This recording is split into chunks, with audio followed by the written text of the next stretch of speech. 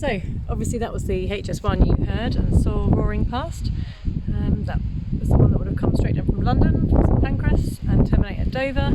I'm having to use this wall behind me as a bit of a natural, or actually man-made, barrier against this really strong east wind that we've got today. I'm not sure if you can see up towards the cliff there. It's a really good example there of, I mean, look at that vertical drop there. Looks like it's good to go at any minute, doesn't it? You can see there the strata. You know, these cliffs would have formed over millions of years from tiny little organisms, algae and things like that, and these would have been pushed up, and you can see some good examples of jointing here, where it's kind of coming away in sections, and then what would happen is the whole section itself would just come away. You can see bedding planes, which are these long horizontal lines, and again it just makes it that little bit more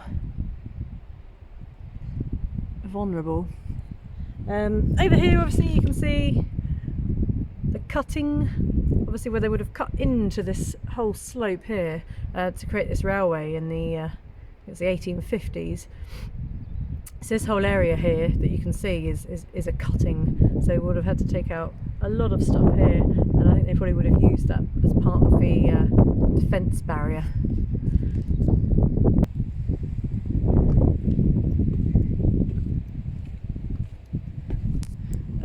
Doesn't matter where you go, does it? There's always some sort of evidence of human activity.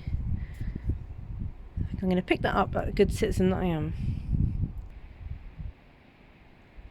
Okay, so this is one of my favourite little parts of the Warren. It's this maze, this sort of labyrinth of different footpaths that you can take. Never taken that one down there. Maybe one day we could all come along here together and happily get us lost. So this one here, I believe, just goes down to a little viewpoint of the sea. Here we are.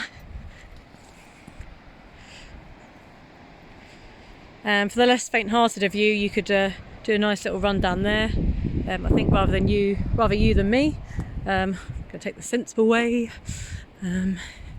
So this area here doesn't look like it today. Just looks like it's a maze of brambles, but it's a beautiful place for wildflowers, which are sort of endemic to this area. Things like elderflower and beautiful, really rare types of orchid, some of which are not found anywhere else in the UK.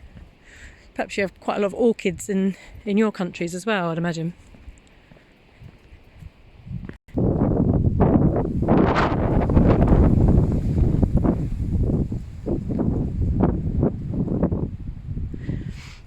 So thinking back to our erosion that we were talking about yesterday, these would have been your primary cliffs, these would have been the original ones. Pretty much what I'm standing on right now is just a result of the slumping and the landslips. So originally you would have had rather a different cliff line, and it's just constantly changing over time. So nearly there, nearly down at sea level.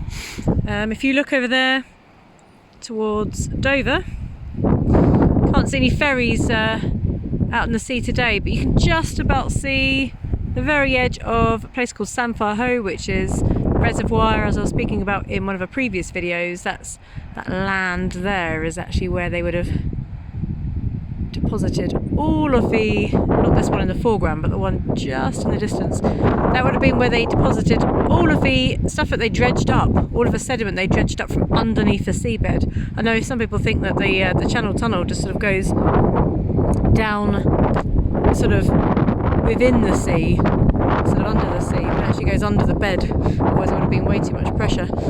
And then we've got the apron, okay, the solid apron, which is really holding a lot of this thing in place. A lot of that noise you can hear, by the way, might not be the wind, might actually be the sea.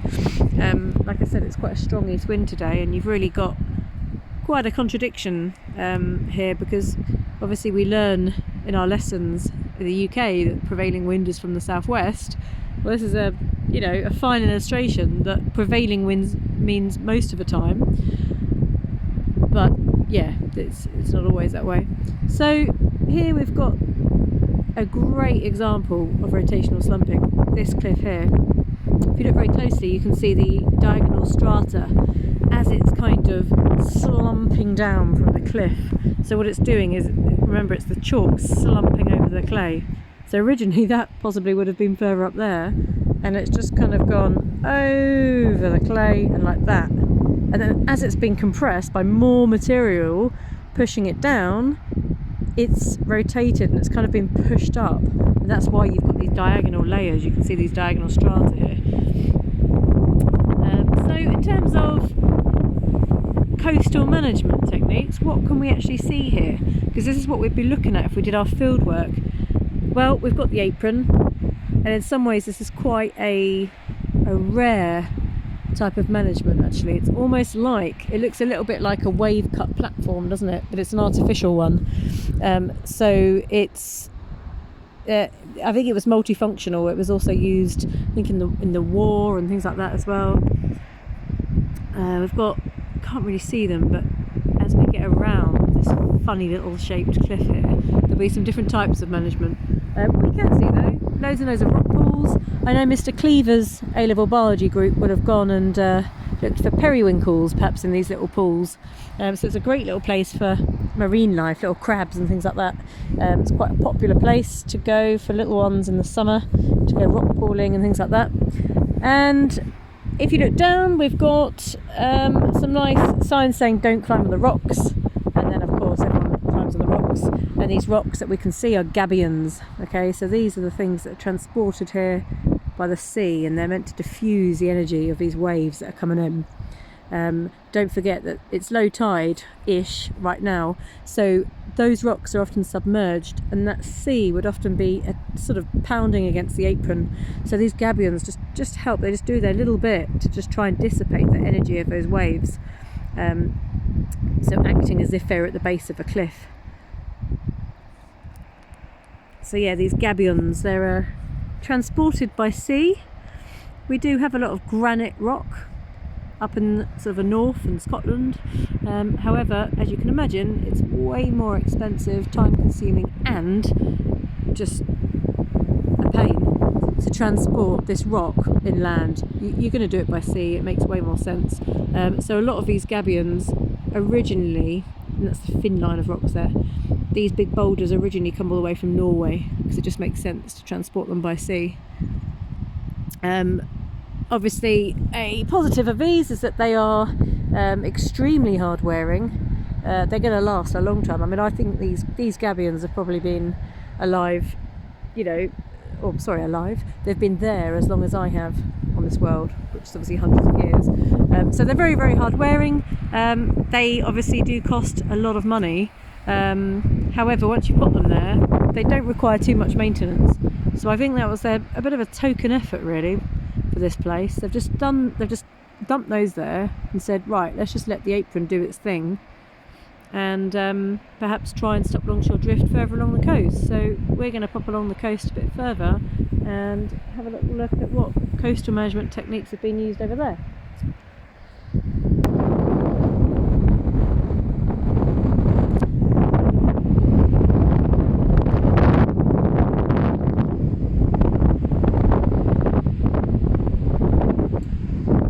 Okay, so hoping to try to talk to you about these waves without the wind interfering too much. They might look like quite innocent little, not even rollers, but tiny little waves, but actually their destructiveness sort of belies, or their calm sort of appearance belies their quite destructive nature. One of the ways of looking at how destructive a coastline is, which obviously we would have been examining in our field work, is not just the size of the waves, but it's also the frequency. So you're actually looking at the wavelength as well.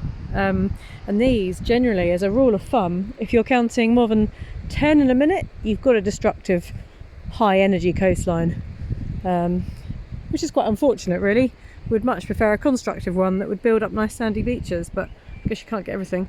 As you can see though, we've got kind of alternating pebble and sand along here. If any of you have been down to the beach at the harbour, that's definitely an example of a lovely sandy beach, but I think the problem is, naturally, a lot of these beaches along this coastline are sand, but because of soft engineering techniques like beach replenishment, they're having to be built up with pebbles. So as you can see, a little bit of a hazard down here. This would have definitely been on my risk assessment. You'd definitely go for a slide on that stuff, as I may have done many a time. Lots and lots of examples of cliff fall over here.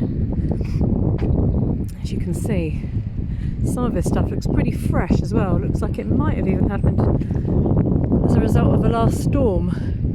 Like I say, generally these cliffs behave themselves in the dry summer months, but in the winter it's where you get most of the erosion. Yeah, it's lovely little stream here. As you know, we don't get many rivers in Kent, because most of it is chalk grassland, and obviously because it's a permeable rock, the water doesn't sit on the surface to form a river. But what it does is it does go underground, and what you notice is that it then pours out from beneath or underneath the cliff, which again is a hazard in its own, because the whole thing just ends up sliding.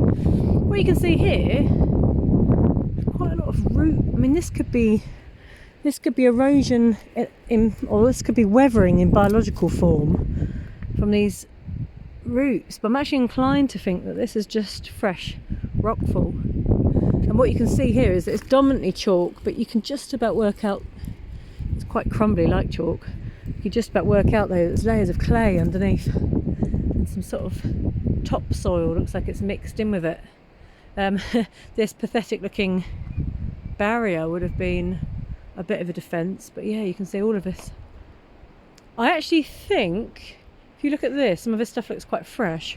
If you look up there, it's pretty densely vegetated. I imagine that this stuff here has been deposited here deliberately to cover up this. Now, what on earth could this thing be? Any ideas? Answers on a postcard? No. So this is actually one of the access points for the railway line. So obviously if they've got any maintenance issues, then this is how they'll get in. Makes sense, doesn't it? There's a few of these along. What they kept forgetting to do though is actually lock the doors, so you can imagine teenagers having a right old little rave under there, sort of in there on a Friday night. This strange looking mass of rope looks like some sort of something that one of the fishermen has just chucked over, which unfortunately is something that keeps happening in the sea here. Got bits of plastic or something of a car. Unfortunately, it is worth noting, one of the things that actually happens along this piece of coastline, by the way, this is all clay and chalk mixed along here, look at all that erosion you can see there. But yes, one thing that does happen along this coastline is we have actually in the woodland discovered a couple of sort of remnants of burnt out cars. And you're thinking, well, why on earth would you have a car at the bottom of a cliff? Well, obviously it's unfortunately probably been a deliberate thing, such as a suicide. But often these were just youths' ways of having fun. Chucking a brick on the gas pedal and watching the car go off a cliff. Clearly this is obviously before Instagram and Zoom and things like that. So yeah, you've got a combination of reasons here, but yeah, you've got a couple of cars. I think they've been numbered, probably about 8 engines I think at the bottom of a cliff. I've actually never found them, so they must be pretty covered in vegetation by now. Anyway, here we go. We can see some examples of some upthrust here. This is where the chalk has been slumping on top of the clay. These are a good example of strata.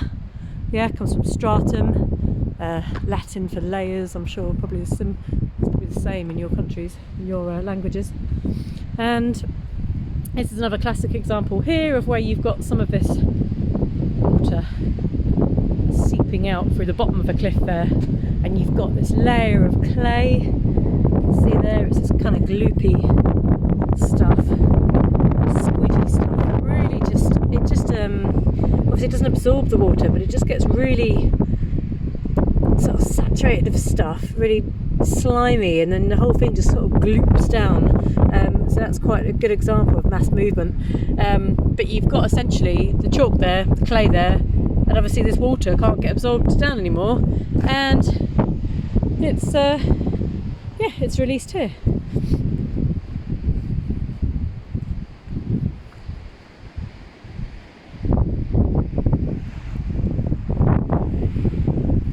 This really is a lovely little stretch though. I think all of the students I've brought here, perhaps minus the ones that have worn their designer label trainers to come, have just found it such a nice sort of therapeutic place. And I'm really hoping that when you guys come back after this nonsense that we're having to go through at the moment, I can bring people down here and we can just have some fun while the weather's still good, preferably before summer, but if not, in September. Right, so looking at this cliff from the other side, evidence of soil creep and some overhang here. You've got so I'm not sure if you can hear me very well on this, but you can see it's almost an action shot of the soil falling down over the cliff and coming down there, and then the grass kind of hanging over it. You've got a fine piece of evidence here of, let me just take cover around here, might be able to hear me a bit more. Thank you for persevering with me this far. So you've got a fine example here of some very slippery clay, almost went for it on that, and you've got a cave being carved out. Okay, lovely little cave down here. This obviously would be the second stage of the formation of a very important landform when you study coastal erosion. So let's find an example of the first stage. Okay, not the greatest, but here's a crack. Yeah, so what would happen is you'd have hydraulic action, these pounding waves, you'd have abrasion, so the wearing away of little rocks onto this, like an abrasive block, like a sanding, a bit like a nail file, the way you might make your nails sort of smooth. So that will be eroding some of the sediment away. That crack will then be enlarged to form this cave. The cave will then get taller and taller and taller and taller. This will then be retreating backwards till you've got this cave that's gained more height. The top of this cliff would then be too heavy for the poor little cave to hold and to support, and so that would just collapse. So what would you then have? Well, you'd have a cave going into an arch, and then an arch becoming a stump. Sorry, not a stump. Well done for anyone who's picked up the thought I made there. So you've got a cave becoming an arch, becoming a stack, becoming a stump. Unfortunately, we haven't got any examples of stack formations down this bit. There are a couple higher up the cliff where you just got really, really weak rock, and then a tiny bit of quite resistant rock. But I might capture those another day. But yeah, so you have a fine example here of those four main types of erosion at work. I'm just going to stop that one for now because it's definitely very windy. I'm going to try and seek some shelter.